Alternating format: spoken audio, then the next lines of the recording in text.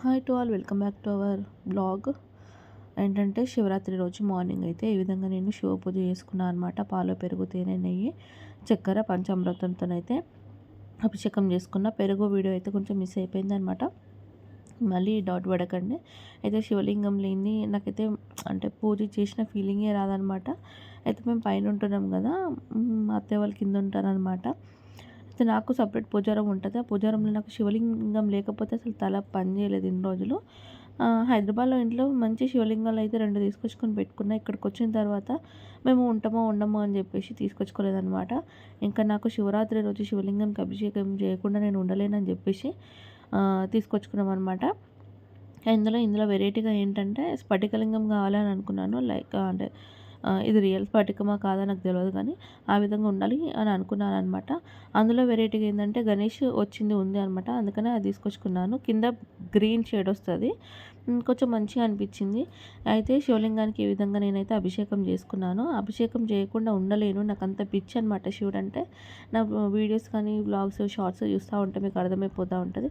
అంటే నాకు శివుడి అంటే నాకు మనసు బాగాలేకపోయినా, నాకు సంతోషం వచ్చినా, లేకపోతే నాకు ఏ సిచ్యువేషన్ వచ్చినా ఫస్ట్ నేను షేర్ చేసుకునేది శివుడితో అనమాట. అంటే అంత ఇష్టం, అంత నమ్ముతా, అంత భక్తి, ప్రేమ అన్నీ అనుకోవచ్చు ఇంకా మీకు. అందుకోసమనే ఇంకా నేను శివుడికైతే ఈ విధంగా అభిషేకం చేసుకున్నాను. అభిషేకం పూజ అయిపోయిన తర్వాత కొంచెం ఆఫ్టర్నూన్ కంటే ముందు అయితే టెంపుల్కి వెళ్ళినాము. టెంపుల్ వెళ్ళి అక్కడ దర్శనం చేసేసుకొని ఇంటికి వచ్చిన తర్వాత రవ్వ లడ్డు అండ్ నెక్స్ట్ వచ్చేసి ఏదైనా ఒక సత్తి ముద్దలు అట్లా చేసుకుంటాను అనమాట. ఇంట్లో ఎవరికి ఏమి ఇంట్రెస్ట్ లేకుండా ఇంకా దేవుడికి ఏదైనా ఒక నైవేద్యం పెట్టాలని చెప్పేసి పళ్ళు, కందగడ్డతో పాటు రవ్వ లడ్డు అండ్ ఏమంటారు పేలాల లడ్డు అయితే చేసిన అనమాట. మీకు వీడియోలో అయితే కనిపిస్తుంది. అయితే నేను అది వీడియో తీయడానికి నాకు కుదరలేదు. పేలాల లడ్డు, రవ్వ లడ్డు వీడియో తీయడానికి అయితే కుదరలేదు. ఈ విధంగా తొట్ల వలిగిందనమాట. శివుడికి అభిషేకం చేద్దామని కొబ్బరికాయ కొడితే అంటే అమృతంతో అభిషేకం చేసిన తర్వాత కొబ్బరి నీళ్ళు, అంటే కొబ్బరి నీళ్ళు ఇంపార్టెంట్ కదా. ఇంకొకటి చెరుకు పాలతో చేస్తారనమాట, కానీ నాకైతే అవైలబుల్లో లేవన్నమాట. సో వీలు కాలేదు, చేయలేదు. తర్వాత వాటర్తో మంచి లింగాన్ని అభిషేకం చేసుకొని తర్వాత భస్మము అంటే విభూతితో నార్మల్గా బొట్టులాగా అలంకరణ చేయకుండా ఈ విధంగా నిండుగా పడాలని చెప్పేసి ఈ విధంగా విభూతి అయితే పెట్టేసిన అనమాట. తర్వాత గంధంతో బొట్టు పెట్టి తర్వాత కుంకుమతోని అలంకరించుకున్న తర్వాత పూలు, పళ్ళు, పలహారాలు అన్నీ శివుడికి అయితే సమర్పించుకున్నాం అనమాట. అయితే మధ్యాహ్నం టెంపుల్కి వెళ్ళేసి వచ్చిన తర్వాత ఈవినింగ్ ఆఫ్టర్నూన్ టైంలో లడ్డు చేసినామని చెప్పిన కదా.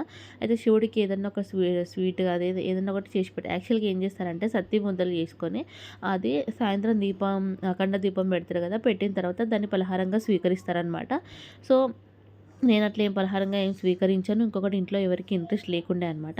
అందుకని చెప్పేసి ప్రతిసారి అయితే రవ్వ లడ్డు అయితే చేస్తున్నాను. ఈసారి ఎందుకు స్కిప్ చేయడం అని చెప్పేసి రవ్వ లడ్డు అయితే చేసిన అనమాట.